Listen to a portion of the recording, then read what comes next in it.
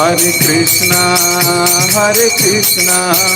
Krishna Krishna, Hare Hare, Hare Rama, Rama Rama, Hare Hare. Hare Krishna. जय जय श्री चैतन्य, जय हो नित्यानंदा, जय अद्वैत चंद्र, जय गौर भक्त वृंदा। जय जय श्री चैतन्य, जय हो नित्यानंदा, जय अद्वैत चंद्र, जय गौर भक्त वृंदा। जय जय श्री चैतन्य, जय हो नित्यानंदा, जय अद्वैत चंद्र, जय गौर भक्त वृंदा। हरे कृष्ण। तो एक बार फिर से आप सभी भक्तों का बहुत बहुत हार्दिक स्वागत। हम लोग पढ़ रहे हैं श्री चैतन्य भागवत, श्रील वृंदावन दास ठाकुर जी द्वारा रचित महान ग्रंथ, और आज है 29 नवंबर 2023। कल हमने पढ़ा था कि किस प्रकार एक ब्राह्मण का, एक भक्त का जगन्नाथ मिश्र और सची माता के घर पे आगमन होता है, और उस भक्त की कुछ कैरेक्टरिस्टिक भी बताई गई थी। कुछ 5 कैरेक्टरिस्टिक उन भक्त की बताई गई थी कि उन्हें भक्त क्यों कहा जा रहा था, इस पर चर्चा की थी। आज हम वहीं से आगे चर्चा करेंगे। मंगलाचरण पढ़कर हम आज की क्लास को स्टार्ट करेंगे। ओम अज्ञानतिमिरान्धस्य ज्ञानाञ्जनशलाकया चक्षुरुन्मीलितं येन तस्मै श्रीगुरुवे नमः। श्रीचैतन्यमनोभीष्टं स्थापितं येन भूतले स्वयं रूप कदा मह्यं ददाति स्वपदान्तिकम्। वन्देऽहं श्रीगुरु श्रीयुतपदकमलं श्रीगुरून् वैष्णवांश्च श्रीरूपं साग्रजातं सहगण रघुनाथान्वितं तं सजीवं सावधूतं सावधूतं परिजन सहितं कृष्ण चैतन्य देवं श्री राधा कृष्ण पादान सहगण ललिता श्री विशाखान्वितांश्च। हे कृष्ण करुणा सिंधु दीनबंधु जगतपते गोपेश गोपिका कांता राधा कांता नमोस्तुते। तप्त कांचन गौरांगी राधे वृंदावनेश्वरी वृषभानुसुते देवी प्रणमामि हरिप्रिये। वाञ्छा कल्पतरुभ्यश्च कृपा सिन्धुभ्य एव च पतितानां पावनेभ्यो वैष्णवेभ्यो नमो नमः। जय श्री कृष्ण चैतन्य प्रभु नित्यानंद श्री अद्वैत गदाधर श्रीवासदि गौर भक्त वृंद। हरे कृष्ण कृष्ण कृष्ण हरे हरे, हरे राम राम राम हरे हरे। हरे कृष्ण।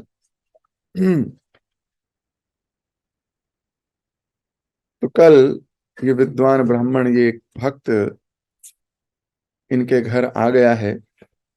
आज हम वहीं से आगे पढ़ते हैं। अपने द्वार पर इस तेजस्वी ब्राह्मण को देखकर जगन्नाथ मिश्र तुरंत खड़े हो गए और उन्हें झुककर प्रणाम किया। अपने सम्माननीय अतिथि के आदर सत्कार में जो कुछ भी संभव था, जगन्नाथ मिश्र ने वह किया। अपने हाथों से उस ब्राह्मण के चरण धोए, उन्हें बैठने के लिए एक उत्तम आसन दिया।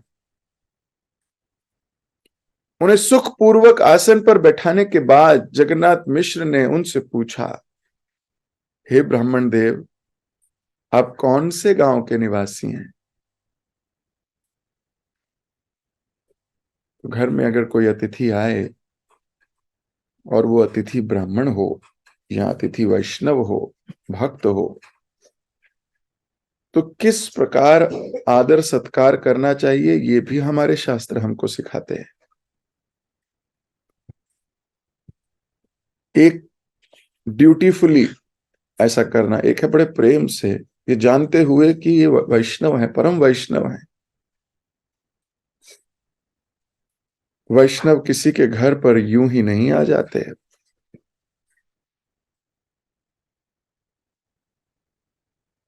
और अगर आ गए हैं तो बहुत बड़ा सौभाग्य है। इसको समझना,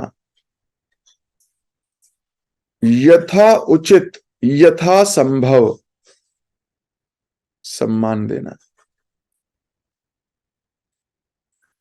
किस प्रकार एक भक्त का दूसरे भक्त के प्रति आचरण होता है, उसे सीखने की आवश्यकता है।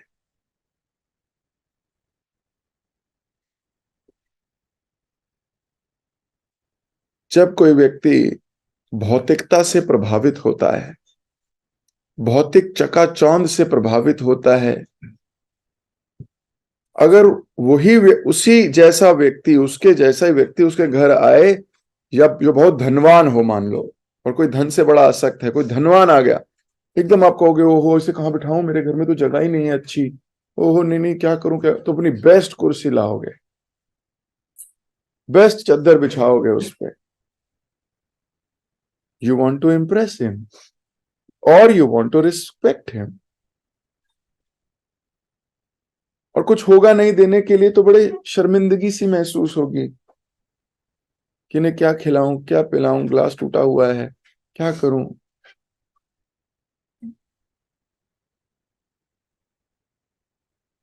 लेकिन यथा उचित बेस्ट करोगे, जो आपके घर में बेस्ट चीज है।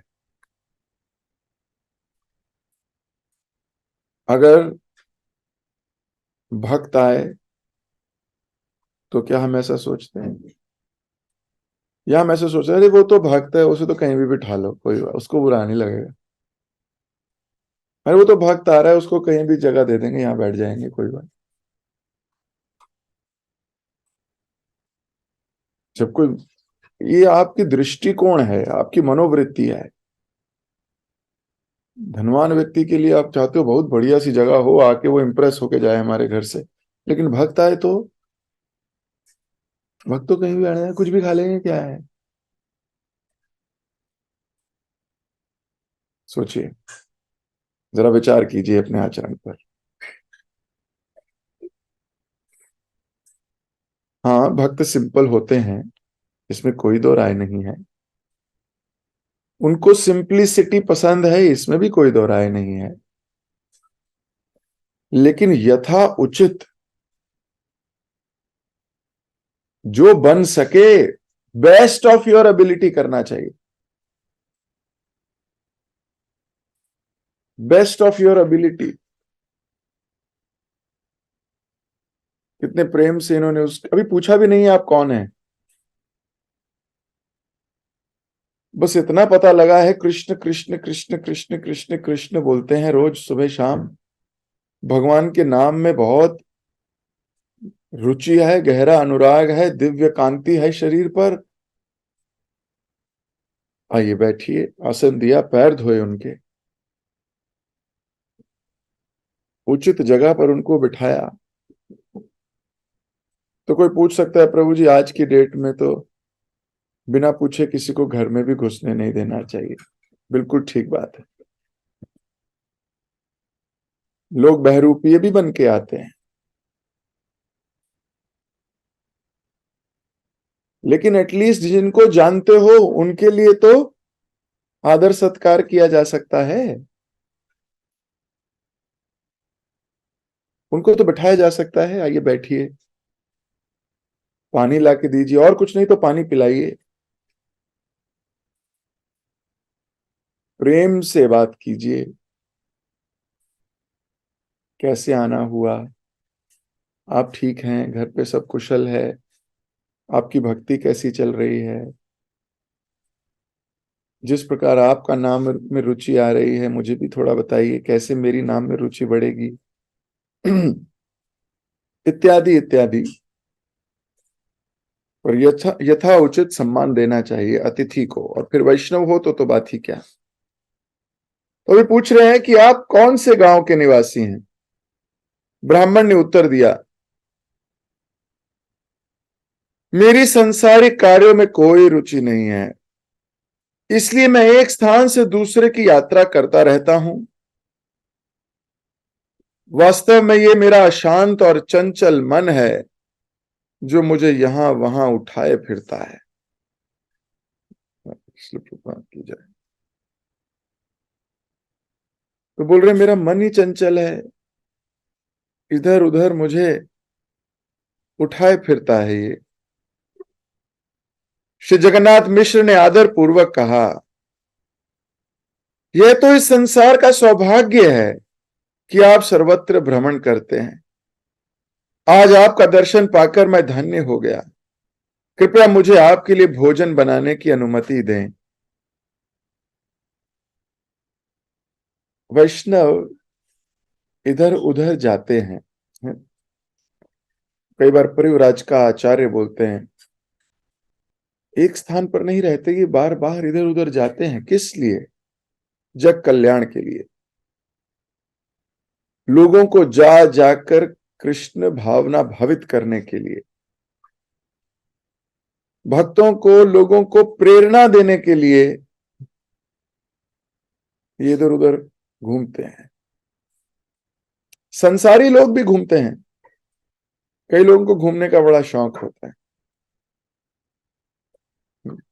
संसारी लोग भी घूमते हैं। उनके लिए भी चैतन्य चरितामृत लिखती है,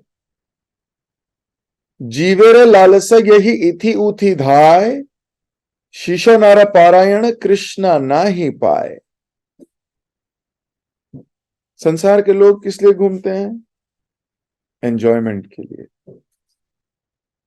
जीव की लालसा के लिए। अरे वहां पर भटूरे अच्छे बनते हैं, अरे वहां पराठे अच्छे बनते हैं, अरे वहां कचौड़ी बहुत अच्छी होती है, अरे वहां ये बहुत अच्छा होता है। और जीव की लालसा से वो इधर उधर भागते रहते हैं। ऐसे मूर्ख लोगों को कृष्ण कभी नहीं मिलते। शिशोनारा पारायण कृष्णा ना ही पाए। जिनकी एंजॉयमेंट टेंडेंसी है,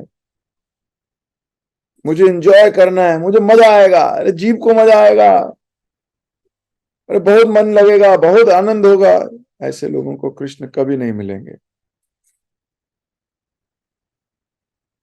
और वहीं भक्त भी घूमते हैं इधर उधर, लेकिन उनकी लालसा नहीं होती इंद्रिय तृप्ति की,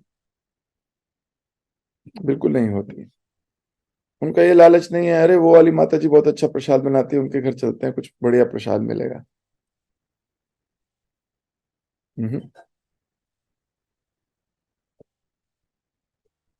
भक्त भी जाता है तो कल्याण के लिए। भक्त जाएगा ताकि दूसरों में कृष्ण भावना भावित प्रेम का उदय हो सके, रास्ता दिखा सके। भक्त कृष्ण नाम में रुचि कैसे बढ़ाएं, इत्यादि इत्यादि। लेकिन कई बार लोग वैष्णव संग करते हुए भी संग नहीं लेते। थोड़ी देर साथ मिला है, लेकिन इनका कोई प्रश्न नहीं होता, कैसे करें, क्या करें, इंटरेस्ट नहीं है, इंटरेस्ट कहीं और है। जिस व्यक्ति का जहां इंटरेस्ट है, उसको प्रश्न उत्तर भी वही चाहिए। जैसे किसी का मैथ्स में इंटरेस्ट है, बहुत इंटरेस्ट है मैथ्स में, तो उसको मैथ्स में इंटरेस्ट है तो वो बहुत मैथ्स करेगा, बहुत मैथ्स करेगा तो बहुत जगह अटकेगा, बहुत जगह अटकेगा तो कोई चाहिए जो मैथ्स के प्रश्नों का उत्तर दे। तो फिर वो ढूंढेगा टीचर कि मुझे ये बताओगे क्या, मुझे ये बताओ, आप हो मैथ्स के टीचर, अरे ये थोड़ा सा ना मेरे को ये वाला कॉन्सेप्ट बताओगे। एकदम से उसका इंटरेस्ट है। किसी का क्रिकेट में इंटरेस्ट है, बॉलर है, वो बॉलिंग करता है तो अपने मित्रों में करता रहेगा, बॉलिंग करता रहेगा, लेकिन मान लो उसे कोई प्रतिष्ठित बॉलर मिल जाए तो क्या पूछेगा, अरे आप इन स्विंग कैसे करते हो, आप आउट स्विंग कैसे करते हो, अच्छा आप स्पिन बॉलिंग कैसे करते हो, एकदम से उसके प्रश्न जाग जाएंगे सारे के सारे। क्यों? क्योंकि उसका इंटरेस्ट है। यॉर्कर कैसे मारेंगे, ऐसे बैट्समैन हो तो क्या करूंगा, ऐसे प्रश्न पूछेगा।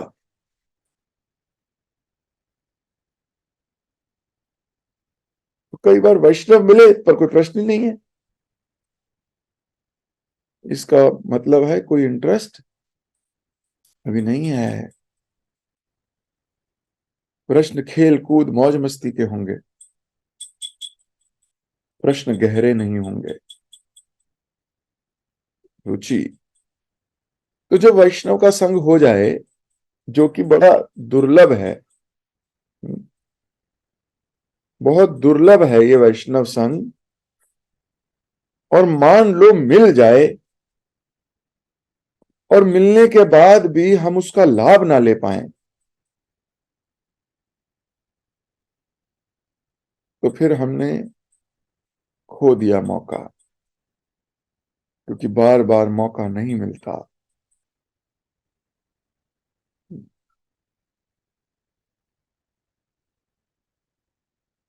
तो पूछ रहे हैं कि मैं आपका दर्शन पाकर धन्य हो गया, क्या मुझे आपके लिए भोजन बनाने की अनुमति है?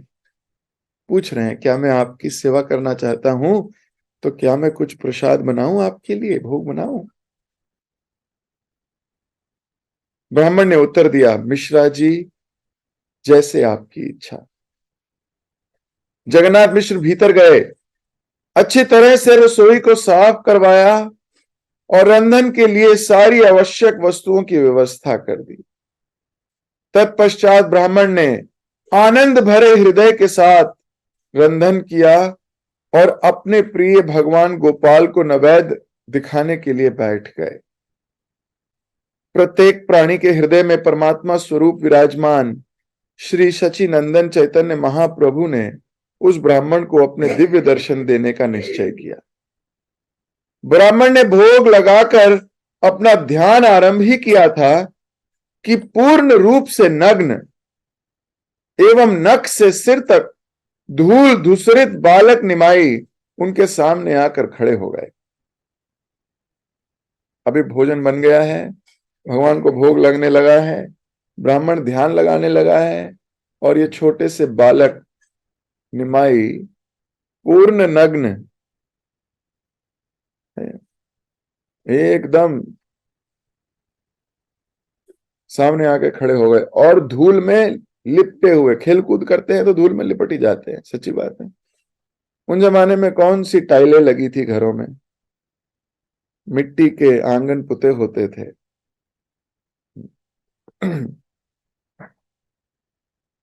श्री गौर सुंदर का रंग सूर्य के समान स्वर्णिम था।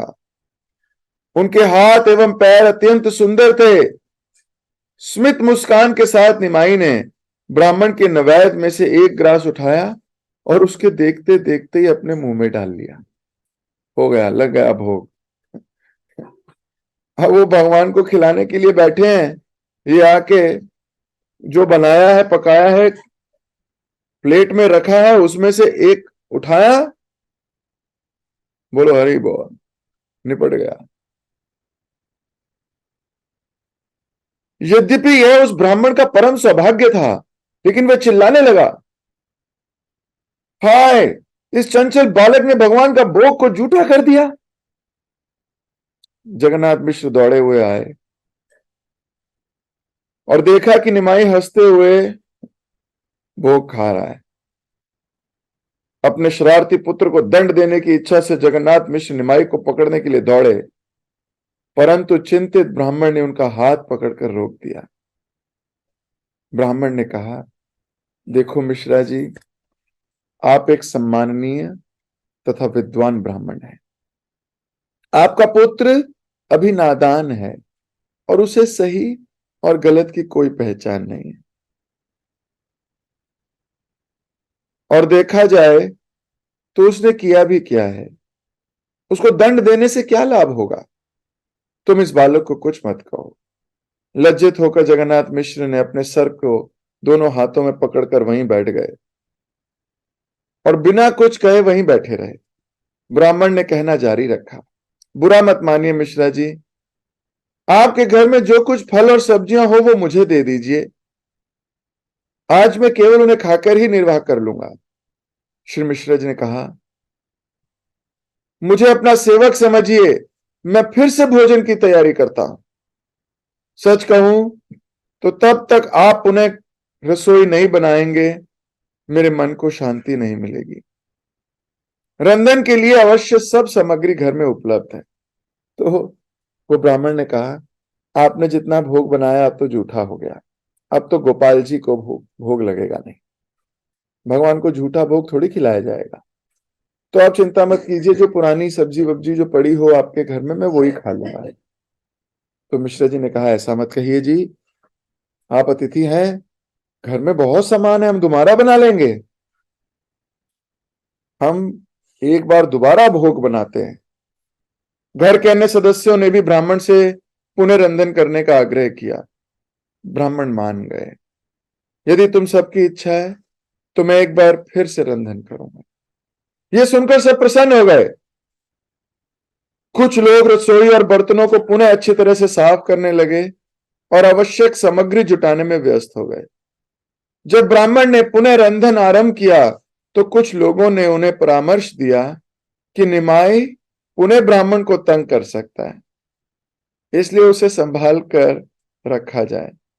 सची माता ने को सुझाव दिया, इस बालक को पड़ोसियों के घर ले जाते हैं और जब तक ये ब्राह्मण प्रसाद बना ले, भगवान को भोग ना खिला दे, तब तक इसको वहीं रखो। सुझाव स्वीकार करके सची माता निमाई को पड़ोसी के घर ले गई। वहां स्त्रियां निमाई पर व्यंग करने लगी, अरे निमाई, तुझे इस ब्राह्मण का अन्न चुराना अच्छा लगता है क्या? चंद्रमुख पर मधुर स्मित मुस्कान के साथ निमाई ने उत्तर दिया, इसमें मेरा क्या दोष है? वह ब्राह्मण मुझे बुला रहा था और मैं चला गया। यह सुनकर स्त्रियों ने पलटकर कहा, अरे निमाई, तेरी जाति भ्रष्ट हो चुकी है, क्या अब तू भी अपनी शरारतें बंद नहीं करेगा? कौन जाने कि ब्राह्मण कौन है, कहां से आया है, किस परिवार का है, कहां जन्म हुआ है? उसके हाथ से बनाया हुआ भोजन खाने के बाद तू कैसे कह सकता है कि तेरी जाति धर्म नष्ट नहीं हुआ? निमाई ने हंसते हुए उत्तर दिया, मैं तो एक ग्वाला हूं और ब्राह्मणों द्वारा पकाया गया भोजन ही खाता हूं। भला एक ग्वाला किसी ब्राह्मण के हाथ से बनाया भोजन खाकर भ्रष्ट कैसे हो सकता है? तो जितनी स्त्रियां थी वो कह रही थी, क्योंकि तूने उसके हाथ का बना हुआ खाया है, तेरा जन्म भ्रष्ट हो गया है। क्यों? क्योंकि पता नहीं भैया वो ब्राह्मण है भी कि नहीं, क्या पता नौटंकी कर रहा हो, किस देश से आया, किस गांव से आया, कोई अता पता है नहीं। तो भगवान है, भगवान तो भावग्राही है। भगवान ने कहा, मैं तो ग्वाला हूं, एकदम कृष्ण स्वरूप में चले गए।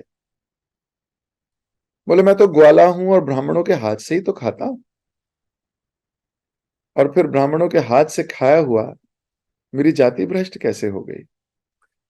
यह कहकर निमाई सबकी ओर देखते मुस्कुराने लगा।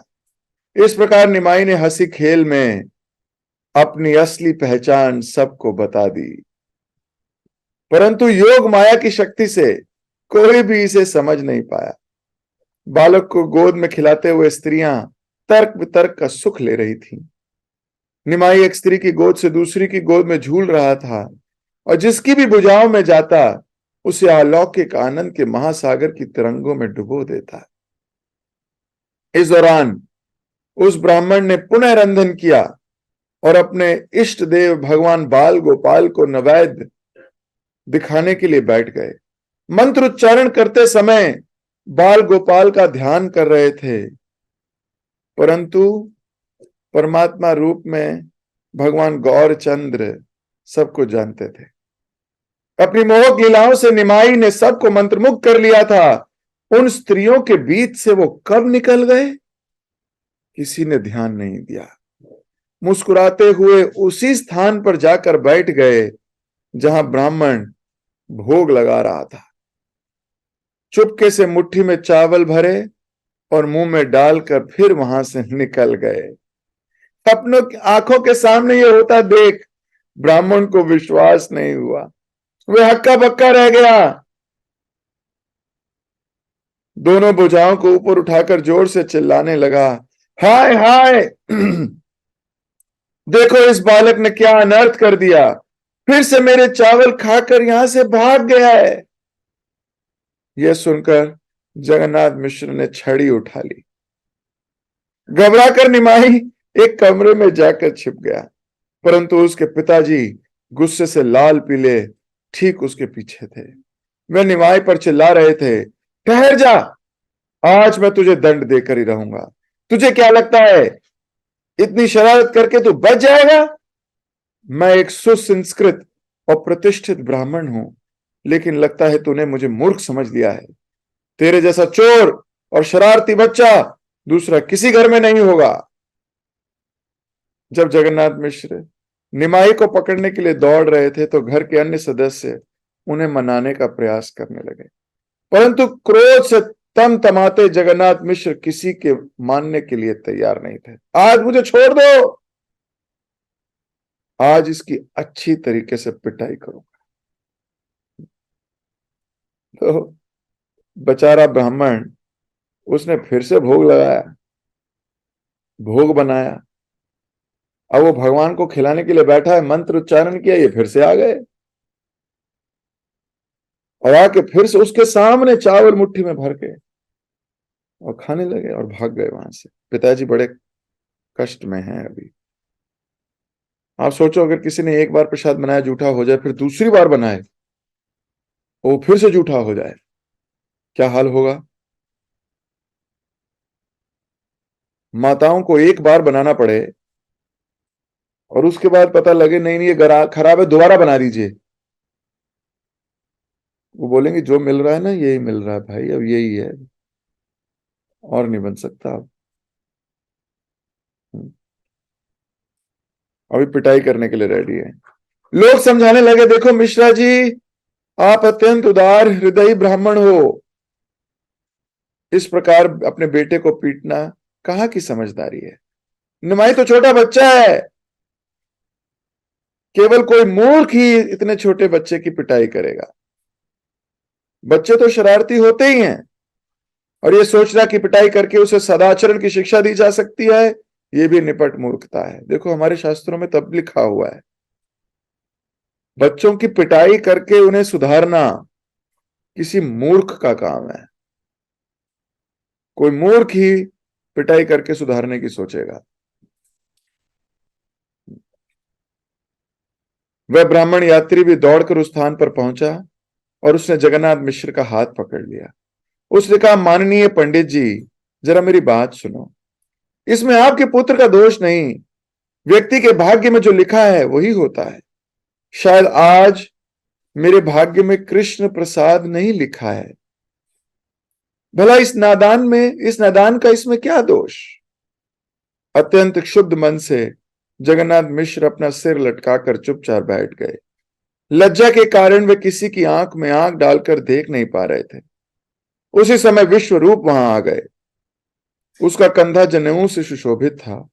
उसका अतुलनीय सौंदर्य इस भौतिक सृष्टि के प्रत्येक वस्तु को मात दे रहा था। वस्तुतः विश्वरूप प्रत्यक्ष श्री नित्यानंद प्रभु दिख रहे थे।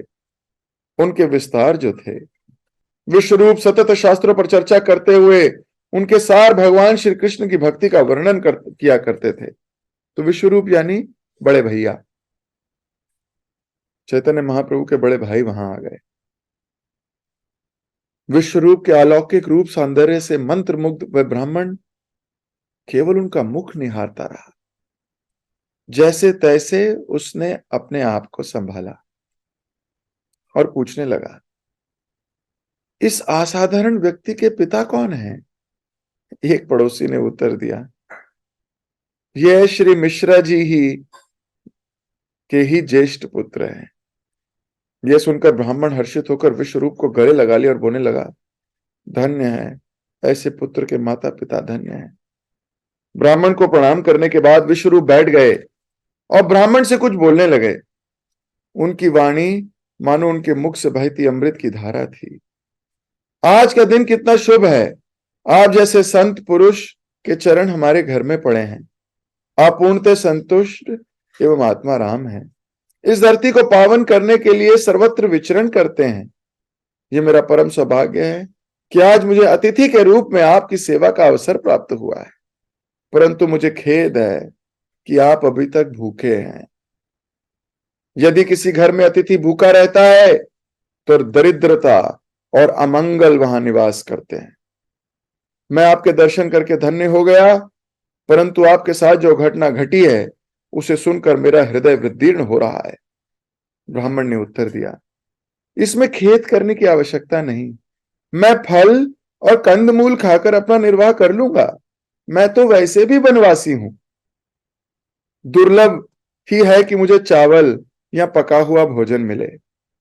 बिना प्रयत्न किए जो मुझे खाने को मिलता है मैं केवल तभी खाता हूं।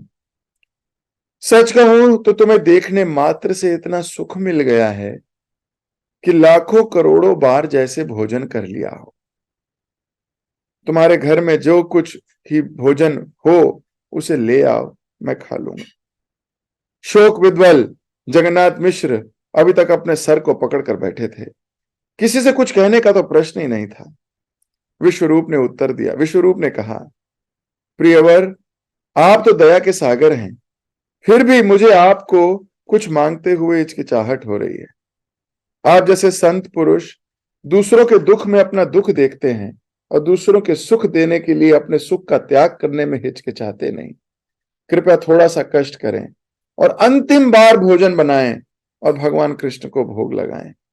यदि आप ऐसा करें तो मेरे परिवार का दुख कम हो जाएगा और मैं भी बहुत संतुष्ट हो जाऊंगा।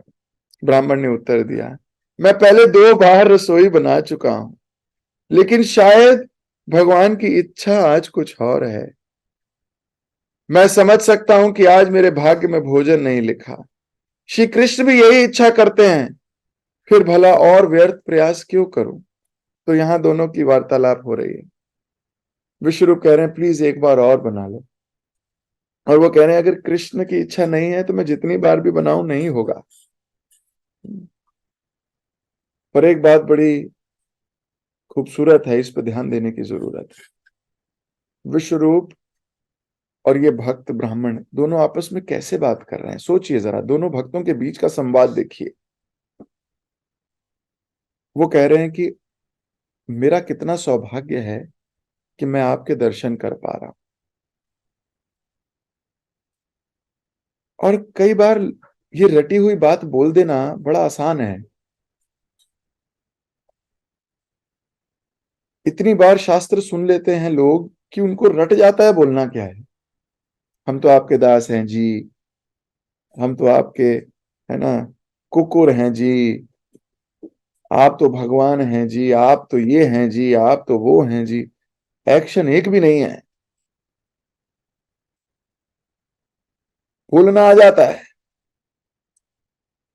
लेकिन फील करना नहीं आता। इसी को ढोंग कह देते हैं। लेकिन यहां तो कितनी सुंदर वार्तालाप चल रही है। विश्वरूप कह रहे हैं, मैं धन्य हो गया आप। और वो ब्राह्मण कह रहे हैं, आपके पिता कौन है, मैं धन्य हो गया आपको देखकर। और उसके बाद बोल रहे हैं कि आप दूसरों के दुख में अपना दुख देखते हो और दूसरों का सुख करने के लिए अपने सुख का त्याग कर देते हो। देखो, यही वैष्णव है। वैष्णव कौन है? पर दुख दुखी। और दूसरों को सुख देने के लिए, स्वयं दुख लेने के लिए हर वक्त रेडी। दूसरों को भगवान से जोड़ देने के लिए, परम सुख देने के लिए अपने शरीर की, समय की, इंद्र तृप्ति की, अपने कष्टों की कोई परवाह नहीं है उसको। लेश मात्र भी उसको अपनी इंद्र तृप्ति की इच्छा नहीं है। तो यहां विश्वरूप कह रहे हैं, हे ब्राह्मण देवता, आप दूसरों के सुख के लिए खुद को कष्ट डालते हैं। तो एक छोटा सा कष्ट और कर लीजिए, एक बार और रसोई बनाइए, एक बार और भोजन बना लीजिए, हमें बहुत सुख मिलेगा। नहीं तो हमें इस भार से कि हम अतिथि को कुछ खिला नहीं पाए, धर्म के विरुद्ध बात हो जाएगी। और जिस घर में अतिथि को खिलाया ना जाए, भूखा चला जाए, उस घर में दरिद्रता और अमंगल प्रवेश कर जाते हैं। तो धर्म भी विपरीत है, भविष्य भी विपरीत है। इसलिए हमें सुख प्रदान करने के लिए कृपया करके थोड़ा सा कष्ट और ले लीजिए। तो ऐसा उन्होंने आग्रह किया है। क्या वो ब्राह्मण फिर से भोजन बनाएंगे? क्या फिर से पकेगी रसोई? और पकने के बाद क्या गोपाल जी खाएंगे? क्या भोग लगेगा? या निमाही आकर फिर कुछ गड़बड़ कर देंगे? इसको सुनेंगे कल सुबह। जगत गुरु श्रील प्रभुपाद की जय, श्रील वृंदावन दास ठाकुर की जय, श्री चैतन्य भागवत की जय। हरे कृष्ण।